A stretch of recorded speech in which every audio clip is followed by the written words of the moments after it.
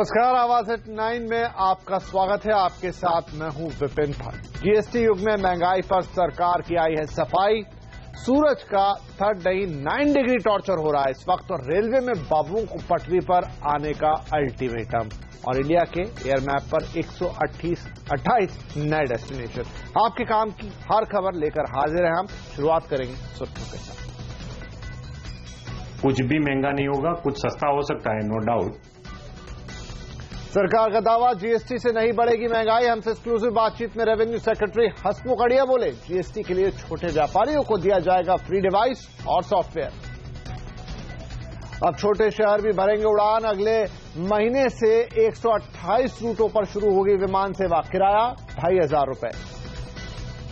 Fertiliser कंपनियों को सरकार दे सकती है ज्यादा सब्सिडी। इंपोर्टेड यूरिया से मुकाबले की है तैयारी। आवाज की एक्सक्लूसिव खबर। एक्सपायरी के दिन बाजार का दिखा दम। निफ्टी निकला 9150 के पार। बैंकों में जारी है रफ्तार। BS3 वाले टू व्हीलर बेचने के लिए कंपनियों में लगी होड़। दे रही है 22,000 रुपए तक का डिस्काउंट। फायदा उठाने के लिए कल आखिरी दिन। रेलवे में अयोग्य कर्मचारियों पर गिरेगी गाज। रिटायरमेंट के पहले ही दिखा सकती है रेलवे बाहर का रास्ता। और मार्च में मई जैसी गर्मी, टूटा 6 साल का रिकॉर्ड। कई शहरों में तापमान सामान्य से 9 डिग्री तक ज्यादा। सरकार कहती है कि हवाई चप्पल पहनने वाला भी अब हवाई सफर कर सकता है, यानी छोटे शहर और गरीब लोग भी हवाई जहाज के जरिए आसमान की सैर कर पाएंगे। और यह सपना सच होने जा रहा है। 6 महीने के अंदर छोटी छोटी जगहों के लिए भी क्षेत्रीय विमान सेवा उड़ान शुरू होगी, जिसमें आप 500 किलोमीटर की यात्रा सिर्फ 2500 रुपए में कर पाएंगे। सरकार को उम्मीद है कि अगले 4 से 6 महीने में चुने गए रूटों पर उड़ानें शुरू कर दी जाएं।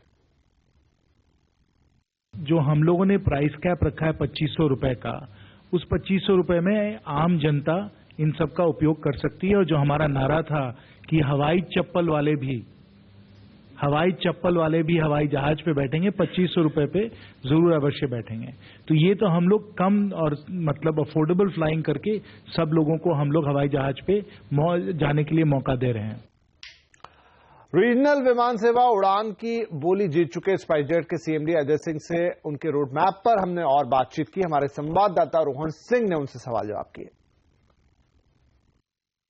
स्पाइसजेट की तरफ से कौन कौन से रूट्स में आप शुरू करने वाले हैं? हम दिल्ली से कानपुर का रूट शुरू करने जा रहे हैं। दिल्ली से आदमपुर का रूट जो कि जालंधर और लुधियाना दोनों के लिए उपयुक्त रहेगा। दिल्ली से जयपुर और जैसलमेर का रूट, जैसलमेर को कनेक्ट करेंगे। मुंबई से 2 शहर हैं, कांडला और पोरबंदर, उसको हम मुंबई से कनेक्ट करेंगे। और हैदराबाद से हम पौंडीचेरी को कनेक्ट करेंगे। पहली उड़ान फ्लाइट आपकी तरफ से कब? अभी हमने जुलाई का समय दिया है, क्योंकि काफी काम अभी बाकी है एयरपोर्ट्स पे। स्टाफ को भी हमें हायर करना होगा, कुछ काम एयरपोर्ट अथॉरिटी की तरफ से भी बाकी, तो कोशिश करेंगे कि जल्दी हो जाए। चलिए इस खबर पर और बातचीत करेंगे। चलते हैं अपने संवाददाता रोहन सिंह के पास। रोहन, किस तरह की खुशखबरी मिलने वाली है हवाई यात्रियों को, और कौन कौन से वो शहर होंगे जो इस सस्ती हवाई यात्रा के तहत जुड़ने वाले? जी, करीब 45 ऐसे शहर हैं जहां आज तक या तो कभी कोई फ्लाइट गई ही नहीं, या फिर हफ्ते में इक्का दुक्का फ्लाइट जाती है। उन सबको यूटिलाइज किया जाएगा। और 128 रूट बनाए गए हैं जिनमें ये उड़ानें भरी जाएंगी। कुल 11 प्लेयर्स ने इंटरेस्ट दिखाया था पहले राउंड की बिडिंग में, जिसमें 5 सेलेक्ट हुए हैं। हालांकि बड़े नाम में सिर्फ स्पाइसजेट और एयर इंडिया ही है। इसके अलावा एयर उड़ीसा है, और जो है डेक्कन एयर है, और एक टर्बो मेगा एयरवेज है। तो बड़े नाम से 2 ही हैं। लेकिन बड़ी खबर यह है कि जो छोटे शहर हैं वो अब जुड़ जाएंगे और सिर्फ 2500 रुपए में 500 किलोमीटर तक की यात्रा कर पाएंगे। जो बड़े रूट्स हम कह सकते हैं, कुछ दिल्ली कानपुर, दिल्ली आदमपुर, दिल्ली जैसलमेर, मुंबई कांडला, मुंबई पोरबंदर और हैदराबाद पुडुचेरी जैसे कुछ डेस्टिनेशन है। इसके अलावा जैसा कि बताया कि 128 और डेस्टिनेशन है जहां लोग ये फायदा उठा पाएंगे। हर फ्लाइट की 50% सीटें रिजर्व रहेंगी RCS स्कीम के तहत, जिसमें कि यात्री फायदा उठा पाएंगे। और उसकी जो भरपाई है वो सरकार करेगी वायबिलिटी गैप फंडिंग के जरिए। जी रोहन, बहुत शुक्रिया इस जानकारी के लिए। तो अब कई छोटे शहर जुड़ेंगे और सिर्फ 2500 के किराए में होगी हवाई यात्रा। आगे बढ़ते हैं। जीएसटी आने से महंगाई बढ़ने का डर है, लेकिन रेवेन्यू सेक्रेटरी हसमुख अढ़िया ने दावा किया है कि इससे महंगाई नहीं बढ़ेगी। CNBC आवाज के साथ एक्सक्लूसिव बातचीत में उन्होंने कहा कि जीएसटी के बाद जरूरी चीजें सस्ती हो जाएंगी। जीएसटी लागू होने के बाद बड़े फोन भी आए मेरे पास कि ये बताओ तुम तो बिजनेस चैनल में काम करते हो, जीएसटी लागू होगा तो क्या चीजें महंगी होंगी, क्या होंगी सस्ती, तो ये कहना सही नहीं। किसी को कुछ भी महंगा नहीं होगा, कुछ सस्ता हो सकता है, नो डाउट, क्योंकि हम लोग कुछ चीजों ऐसी जो जीवन जरूरत की है, जैसे कंज्यूमर प्राइस इंडेक्स है, उसमें जो आइटम है 300 के करीब, उसमें से 50% वेटेज वाली जो आइटम है, 50% जिसका वेटेज है ऐसी टोटल आइटम, उस पर तो एग्जेम्पशन ही देंगे, और बाकी 50% पे टैक्स लगेगा। उसमें भी 30% ऐसी आइटम होगी जिसमें या तो 5% या 12% रेट में आ जाए। वहीं जीएसटी लागू होने पर मैनुअल टैक्स भरने से इलेक्ट्रॉनिक टैक्स भरने में सरकार व्यापारियों की मदद करेगी। एक सॉफ्टवेयर देने के अलावा एक सेंटर भी बनाया जाएगा जिससे ये आसानी से पूरा होगा। एक छोटा सा सॉफ्टवेयर जो जीएसटीएन उपलब्ध करेगा, फ्री में देंगे हम छोटे व्यापारियों को। उसमें उनको अपना अकाउंट रखना है, मंथली मतलब रोज के जितने इनवॉइस होते हैं सेल के, अगर B2B है तो वो उसमें रखने हैं, और इनवॉइस की पूरी डिटेल, खास करके B2B वाले को वो इनवॉइस रखने हैं। छोटे व्यापारियों को तो अपना टोटल टर्नओवर की ही डिटेल रखनी है। इलेक्ट्रॉनिक तरफ बढ़ने के लिए आप अपनी तरफ से सॉफ्टवेयर प्रोवाइड कराने के अलावा और भी कोई इनिशिएटिव लेने जाएंगे? एक हमारा फैसिलिटेशन सेंटर भी होगा, हर जगह पे होगा, जो कि अगर किसी के पास इंटरनेट की सुविधा नहीं है, किसी को आता नहीं है कि मेरे को अपना अकाउंट कैसे अपलोड करना है, तो सेंटर में जाके बोलेगा कि मेरा ये हिसाब है तो अपलोड कर दे। और जीएसटी को लेकर व्यापारियों में उत्साह के साथ साथ एक डर भी है। पूरी तरह से नई टैक्स प्रणाली की बारीकियां अभी सबको पता नहीं है। जीएसटी में डिजिटल लेखा जोखा रखने की बात से भी व्यापारी तनाव में है। इन्हीं सब आशंकाओं को देखते हुए व्यापारियों की संस्था CAIT खास ट्रेनिंग प्रोग्राम चला रही है। रोज के बिल रोज बनने। ये जीएसटी की पाठशाला है। यहाँ व्यापारी जीएसटी की बारीकियां सीख रहे हैं ताकि आने वाले दिनों में जब नई टैक्स प्रणाली आए तो इन्हें दिक्कत न हो। एक बैच में 20 व्यापारियों को यहाँ जीएसटी के साथ साथ अकाउंटिंग सॉफ्टवेयर टैली की जानकारी भी दी जाती है।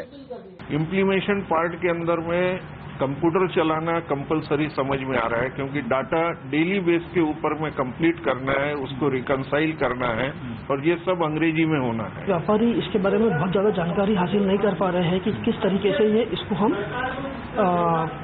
हम प्रोसेस कर पाएंगे। तो इस तरीके के कोचिंग और इस तरह की क्लासेस जो नागपुर में कैट के माध्यम से हमको थोड़ी जानकारी मिल पा रही है, उसको हम समझ रहे हैं, और जो भी हमारे प्रश्न होते हैं हम कैट के माध्यम से ही उसका उत्तर जानना चाह रहे हैं। व्यापारियों की तरफ से जीएसटी के अलग अलग पहलुओं पर सवाल भी पूछे जा रहे हैं। CAIT यानी confederation of all India traders साल भर से व्यापारियों को जीएसटी के लिए तैयार करने में लगी है।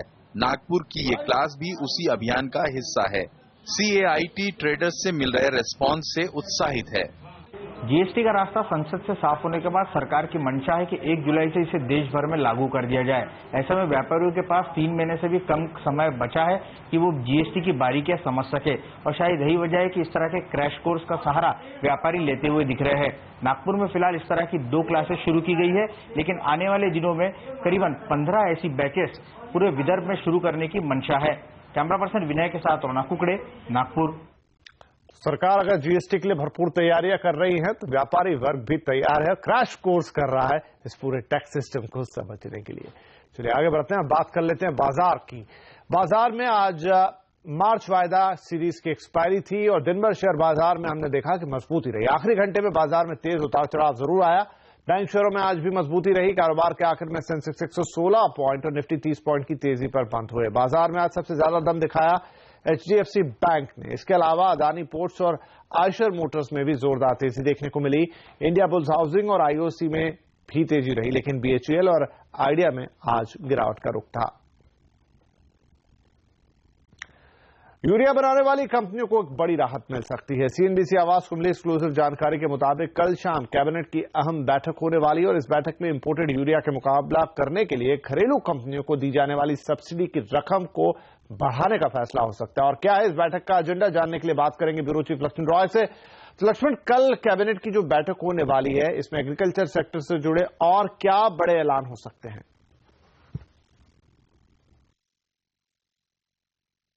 कैबिनेट की इस बैठक में 2 महत्वपूर्ण फैसले लिए जा सकते हैं कृषि क्षेत्र को लेकर के। एक फैसला हो सकता है यूरिया के घरेलू उत्पादन को बढ़ावा देने के लिए। इसके तहत सरकार इंपोर्ट पैरिटी प्राइस के तहत जो घरेलू कंपनियां हैं उसको जो सब्सिडी देती है उस सब्सिडी की रकम बढ़ाने का फैसला ले सकती है। दरअसल होता क्या है कि इंपोर्टेड यूरिया की कीमत अगर घरेलू यूरिया से काफी ज्यादा कम होती है तो घरेलू कंपनियों की जो यूरिया है वो बिक नहीं पाती है। तो सरकार कहेगी कि आप इंपोर्टेड यूरिया के बराबर अपनी कीमत को कर लीजिए और बाजार में बेचिए, और इससे जो नुकसान होगा उस नुकसान की भरपाई हम करेंगे। लेकिन उस भरपाई की एक सीमा होती है, उस सीमा को सरकार कैबिनेट की बैठक में बढ़ा सकती है। इससे घरेलू यूरिया बनाने वाली कंपनियों को काफी ज्यादा फायदा होगा। दूसरा जो महत्वपूर्ण प्रस्ताव है वो ये है कि ऑर्गेनिक एग्रीकल्चर प्रोडक्ट के एक्सपोर्ट को बढ़ावा दिया जाए। अभी क्या होता है कि आप एक साल में 10,000 टन से ज्यादा ऑर्गेनिक एग्रीकल्चर प्रोडक्ट का एक्सपोर्ट नहीं कर सकते हैं, लेकिन सरकार इस सीमा को पूरी तरह से हटाने का फैसला ले सकती है। यानी जब चाहें, जितना चाहें ऑर्गेनिक एग्रीकल्चर प्रोडक्ट का आप एक्सपोर्ट कर सकेंगे। कई सारे घरेलू कंपनियां हैं, मिसाल के तौर पर एलटी फूड्स की बात करें, कोहिनूर फूड्स की बात करें, केआरबीएल की बात करें या फिर दूसरी ऐसी कंपनियों की बात करें, तो वो लोग ऑर्गेनिक फूड्स बनाते हैं। लेकिन अब इस फैसले के बाद ये एक्सपोर्ट ज्यादा मात्रा में कर सकेंगे और भारत की हिस्सेदारी पूरे ऑर्गेनिक फूड के एक्सपोर्ट में काफी ज्यादा बढ़ सकती है।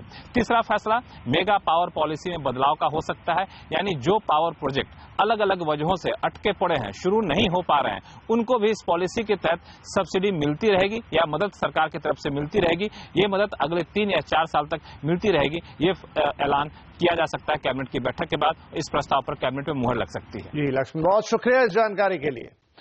चलिए यहां पर हम लेते हैं छोटा सा ब्रेक, लेकिन ब्रेक के बाद काम में कोताही बरतने वाले कर्मचारियों को रेलवे अब दिखाएगी रेड सिग्नल। क्या होगा इसमें, देखिए आगे।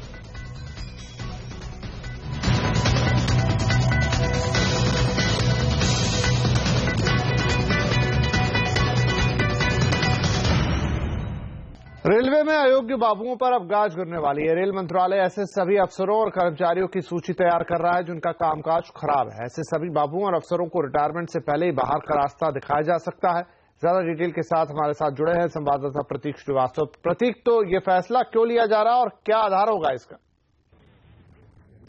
देखिए, रेलवे के वो कर्मचारी जिनकी उम्र 50 साल से ज्यादा हो गई है और उनकी जो एनुअल कॉन्फिडेंशियल रिपोर्ट होती है, यानी कि जो एसीआर, अगर उनका बॉस लगातार खराब लिख रहा है, यानी कि उनकी परफॉर्मेंस अच्छी नहीं है और उनको विजिलेंस क्लियरेंस अभी तक नहीं मिली हुई है, तो उनको सावधान हो जाने की जरूरत है। क्योंकि रेल मंत्रालय ऐसे अधिकारियों और कर्मचारियों की सूची तैयार कर रहा है जिनके खिलाफ कार्रवाई की जा सकती है उनकी परफॉर्मेंस ठीक ना होने की वजह से, क्योंकि वो लगातार परफॉर्मेंस बेहतर नहीं दे रहे हैं। और जो हमें सूत्रों के हवाले से खबर मिली है उसके मुताबिक जो अप्रैल का महीना शुरू होने वाला है, इसके अंत में रिव्यू कमेटी की एक बैठक होगी, जिस बैठक में इस बात पे फैसला लिया जा सकता है कि किन कर्मचारियों को रिटायरमेंट की सीमा आने से पहले ही रिटायर किया जा सकता है। जी, बहुत शुक्रिया इस जानकारी के लिए। तो अब ऐसे रेलवे कर्मचारी जो 50 के पार हैं और परफॉर्मेंस उनकी खराब है, उनके लिए दिक्कत हो सकती है। आगे बढ़ते हैं। सूरज के तीखे तेवर और गर्म हवाओं ने लोगों को बेहाल कर दिया है। इस साल मार्च में ही गर्मी का पारा अपना रिकॉर्ड तोड़ रहा है। मौसम विभाग ने अगले 48 घंटों के लिए रुला देने वाली गर्मी की चेतावनी भी दी है। राजस्थान, मध्य प्रदेश, महाराष्ट्र में लू चलने की आशंका है। वहीं उड़ीसा, छत्तीसगढ़ और पश्चिम बंगाल में भी गर्म हवाएं चलेंगी। पूरे उत्तरी भारत में तापमान अगले 2 दिन तक 40 डिग्री के ऊपर रहेगा। बहुत सारा एरिया जो देश का है वो हीट वेव की ग्रिप में है। अगर मैं राज्यों के नाम बताऊं तो खासतौर से राजस्थान, मध्य प्रदेश और उससे लगा हुआ जो विदर्भा है और नॉर्थ मध्य महाराष्ट्र है, गुजरात का कुछ हिस्सा है, इसमें जो हीट वेव है पिछले 2 से 3 दिन से कई जगह में चल रही है। और साथ ही साथ जो हीट वेव है वो छत्तीसगढ़ और इंटीरियर उड़ीसा में भी देखी जा रही है। अगर हम फोरकास्ट की बात करें तो ये हीट वेव आगे 2 से 3 दिन रहेगी, पर ये 2 दिन के बाद में इसमें जो थोड़ी जो इंटेंसिटी है उसकी कम हो जाएगी और एरिया भी कम हो जाएगा। और यहां पर लेंगे एक और छोटा सा ब्रेक के बाद कल से कनॉट प्लेस कुछ सूना सूना सा लगेगा। क्यों, देखिए आगे।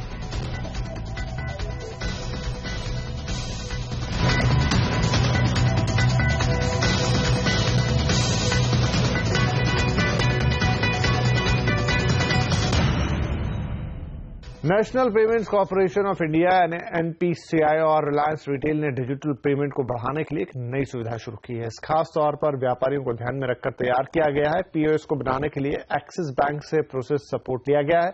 फिलहाल रिलायंस रिटेल के करीब 200 स्टोर्स में सेवा चालू है। एनपीसीआई के एमडी और सीईओ एपी होता ने बताया कि ये दूसरे पेमेंट ऐप और मशीनों से बिल्कुल अलग है। ये अलग है क्योंकि अभी आप जो कोई स्टोर को जाएंगे देखेंगे इस तरह पॉस मशीन है। नॉर्मली कार्ड को स्वाइप करके पेमेंट किया जाता है, लेकिन वही सेम पॉस मशीन को हम अपग्रेड करके जो मोबाइल पेमेंट भी कर सकते हैं।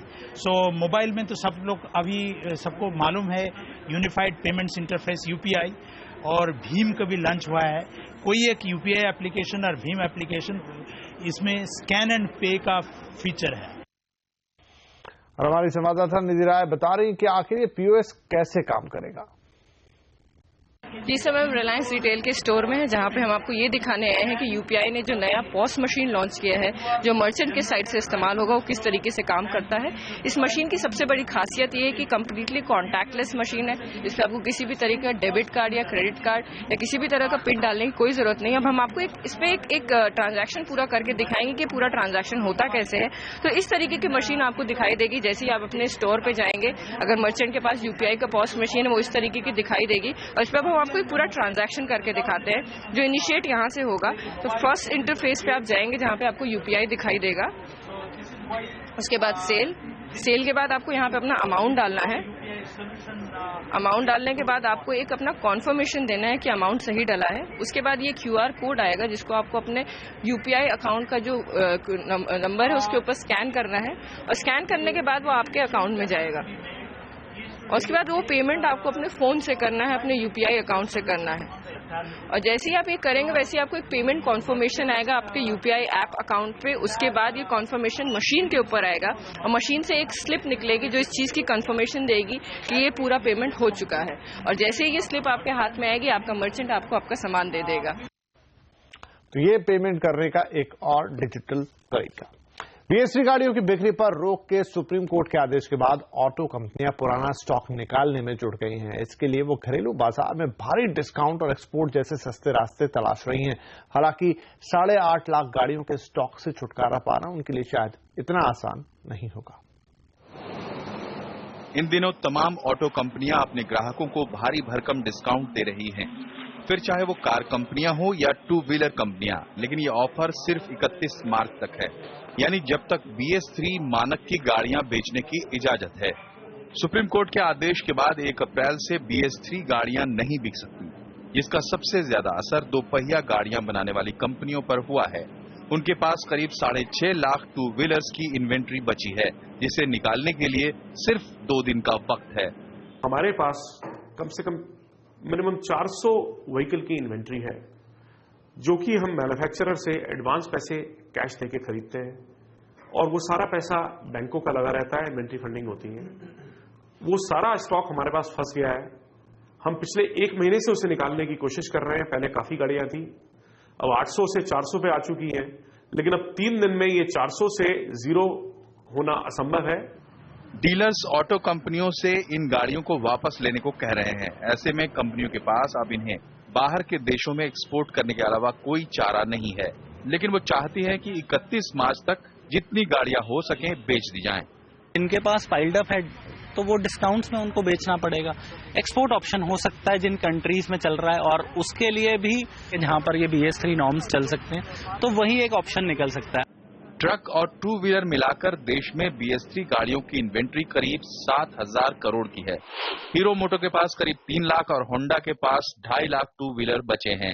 वहीं टाटा मोटर्स के 45,000, महिंद्रा के 20,000 और अशोक लेलैंड के 17,000 ट्रक बचे हैं। देश में BS3 गाड़ियों का रास्ता बंद होने के बाद अब इनके लिए उम्मीद एक्सपोर्ट मार्केट से ही है। हालांकि इसके लिए उन्हें अपनी गाड़ियों में कुछ बदलाव भी करने पड़ सकते हैं। रोहन सिंह, दिल्ली। दिल्ली का कनॉट प्लेस आज के बाद कुछ सूना हो जाएगा। दरअसल आज रीगल सिनेमा हॉल का आखिरी दिन है। आखिरी शो से पहले हमारे संवाददाता रोहन सिंह ने इसका जायजा लिया और शो देखने आए लोगों से बातचीत की। कनॉट प्लेस के ऐतिहासिक रीगल सिनेमा का आज आखिरी दिन है और आखिरी शो की तैयारियां चल रही हैं और इस मौके को खास बनाने के लिए यहाँ जो आखिरी शो होने वाला है वो भी काफी खास है। आज यहाँ राज कपूर की मेरा नाम जोकर दिखाई गई और अब संगम दिखाई जाएगी। राज कपूर की फिल्में यहाँ इसलिए दिखाई जा रही है क्योंकि माना जाता है कि रीगल सिनेमा राज कपूर का फेवरेट सिनेमा हॉल हुआ करता था, वो यहाँ अक्सर आया करते थे और उन्हीं की यादों को फिर से ताजा करने के लिए इसे जो है आज ये सिनेमा दिखाया जा रहा है।